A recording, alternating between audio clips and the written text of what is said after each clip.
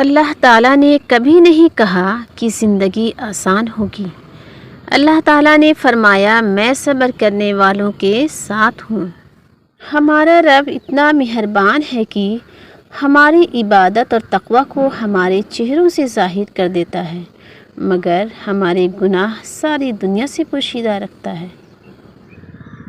جب انسان اپنا مائنڈ سیٹ اللہ کے حکم کے مطابق سیٹ کر لیتا ہے تو جو کچھ بھی اس کے ساتھ ہو رہا ہے وہ اللہ کے حکم سے ہے اور ہمیشہ اللہ کا حکم ہی چلتا ہے، تو پھر اس کے دل سے غصہ اور مایوسی ختم ہو جاتے ہیں، وہ پرامن ہو جاتا ہے، یہ سوچ کر کہ وہ جہاں تک کوشش کر سکتا تھا اس نے کی، اب جو نتیجہ نکلنا ہے وہ اللہ کا فیصلہ ہے اور اللہ کے فیصلے سے بڑھ کر کسی کا فیصلہ نہیں ہو سکتا۔ وہ ہمارا خالق ہے اور خالق سے بڑھ کر کوئی نہیں جان سکتا کہ مخلوق کے لیے کیا وہ رحیم رب ہر اس دعا سے واقف ہے جس کے لیے ہاتھ اٹھاتے ہوئے آپ کا دل تکلیف سے پھٹ رہا تھا۔ خدا ٹوٹی ہوئی چیزوں کو بڑی خوبصورتی سے استعمال کرتا ہے۔ ٹوٹے ہوئے بادل بارش برساتے ہیں، ٹوٹی ہوئی مٹی کھیتوں کے ساتھ قائم ہوتی ہے، ٹوٹی ہوئی فصل کی پیداوار کے بیچ نئے پودوں کو زندگی دیتے ہیں۔ لہٰذا جب آپ کو لگتا ہے کہ آپ ٹوٹ چکے ہوں تو یقین کیجیے کہ اللہ آپ کو کسی بڑی چیز کے لیے استعمال کرنے کا ارادہ رکھتا ہے۔ زندگی اندازوں اور وہموں پر نہیں بلکہ رب العالمین پر یقین کرتے ہوئے گزاریں۔ یقیناً آپ کو زندگی آسان، خوشگوار اور مطمئن لگنے لگے گی۔ اللہ رب العزت کی محبت رگ رگ میں محسوس کرنا چاہتے ہیں تو اس کے کلام سے جڑ جائیں۔ اطمینان کا وہ سمندر میسر آئے گا کہ جس کا پانی میٹھا ہی نہیں بلکہ مسرور کن بھی ہے۔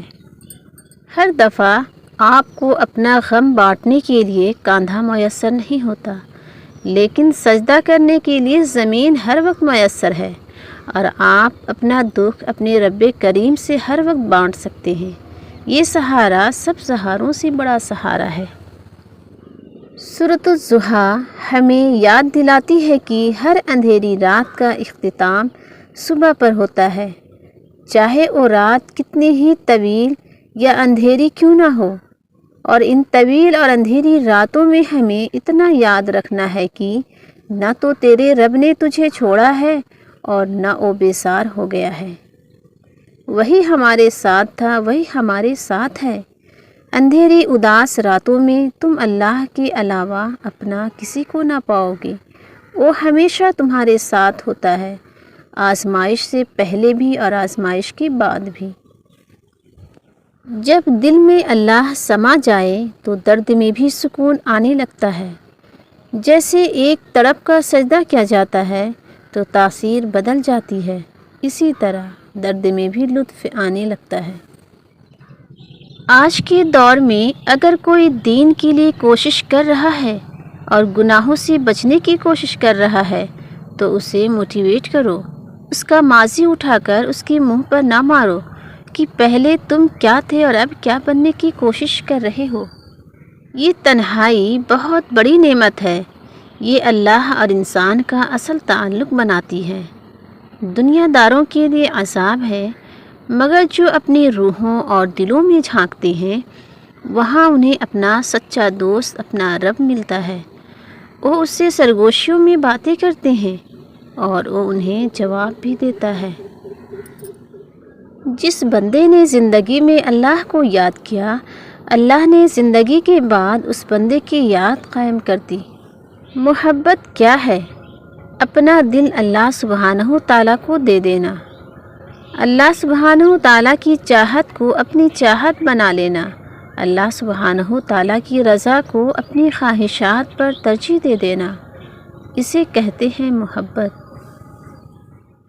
شیطان ہمیں اندھیروں کی طرف کھینچنا چاہتا ہے، اس کے ہتھیار نا امیدی، مایوسی، ڈی موٹیویشن ہے، جبکہ اللہ ہمیں روشنی کی طرف بلاتا ہے، وہ ہمیں حقیقی خوشی اور اطمینان کی طرف بلاتا ہے، وہ ہمیں اپنے آپ کا بہترین ورژن بننے اور اپنی اچھی صلاحیتوں کو ظاہر کرنے کے لیے بلاتا ہے۔ وہ ہمیں امید رکھنے اور یقین دلانے کے لیے بلاتا ہے کہ وہ ہماری دیکھ بھال کر رہا ہے اور وہ ہمیں بے بس نہیں چھوڑ سکتا۔ روشنی کے لیے جد و جہد کریں اور اندھیروں سے لڑیں، ہدایت روشنی کی طرف آئیں، یہی ہمارا حقیقی مقصد ہے۔ اور رب کبھی مکمل طور پر آزمائش میں مبتلا نہیں کرتا، کہیں نہ کہیں کوئی دروازہ کھلا ضرور رکھتا ہے جہاں سے رحمت ٹھنڈی ہوا کے جھونکوں کی طرح آ کر دل کو پرسکون کرتی رہتی ہے۔ کوئی نہ کوئی آسانی تو مشکل کے ساتھ موجود رہتی ہے۔ تم کہتے ہو کہ درد اب برداشت سے باہر ہو گیا ہے۔ اللہ کہتا ہے کہ وہ کسی جان پر اس کی طاقت سے زیادہ بوجھ نہیں ڈالتا۔ تم کہتے ہو یا اللہ میں ہی کیوں؟ وہ کہتا ہے کیونکہ میں تم سے محبت کرتا ہوں، اور اللہ جن سے محبت کرتا ہے ان کو ہی آزمائش میں ڈالتا ہے۔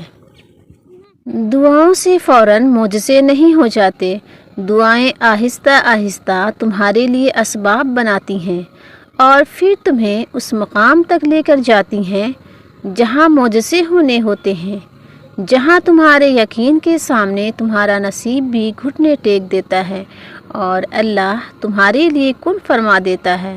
اس لیے مایوس مت ہو، صبر کرو اور دعا جاری رکھو، جلد ہی تمہارے صبر کا پھل تمہیں مل جائے گا انشاءاللہ۔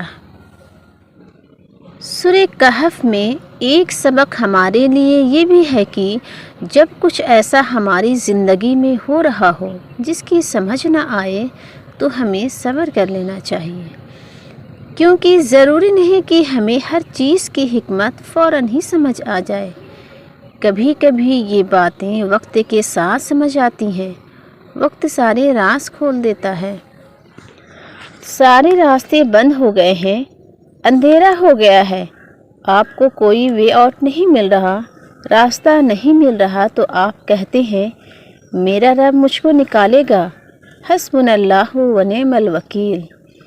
جب آپ پکارتے ہیں دل سے تو اللہ نکال دے گا، پھاڑ دے گا، کھول دے گا سارے کے سارے راستے، اور وہاں سے آپ کو عطا کرے گا جہاں سے آپ نے سوچا بھی نہیں ہوگا۔ کیا تم اس بات سے بے خوف ہو گئے ہو کہ وہ ذات جو آسمان میں ہے وہ تمہیں زمین میں دھسا دے تو وہ اچانک لرزنے لگے؟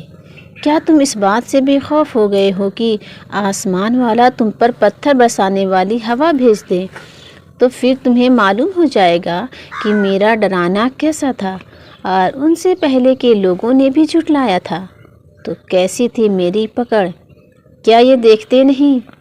اپنے اڑنے والے پرندوں کو پر پھیلاتے اور سکیڑتے ہیں، انہیں گرنے سے نہیں تھام رکھا سوائے رحمان کے۔ بے شک ہر چیز اس کی نگاہ میں ہے۔